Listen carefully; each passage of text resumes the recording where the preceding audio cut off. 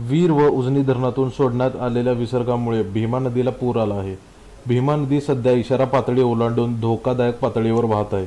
उजनी धरणातून सायंकाळी 6 वाजता 1,51,600 क्युसेक तर वीर धरणातील विसर्ग कमी करून 15,324 क्युसेक करण्यात आला आहे। त्यामुळे सध्या धरणातून 1,67,000 क्युसेक विसर्ग सुरू आहे। पंढरपुरात 1,54,000 क्युसेकचा तर संगम येथे 1,96,000चा विसर्ग सुरू आहे। भीमा नदीला पूर आल्याने पंढरपुरातील व्यास नारायण झोपडपट्टीत पाणी शिरले आहे।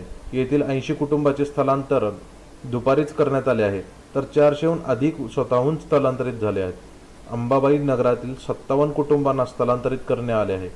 या स्थलांतरित कुटुंबातील नागरिकांना उपजिल्हा रुग्णालयात परिसरातील रायगड यात्री भवनात राहण्याची सोय करण्यात आली आहे। भीमा नदी पात्रातील सर्व बंधारे पाण्याखाली गेले आहेत। याशिवाय शेतीमध्येही पाणी शिरले आहे, त्यांचा फटका शेतकऱ्यांना बसला आहे।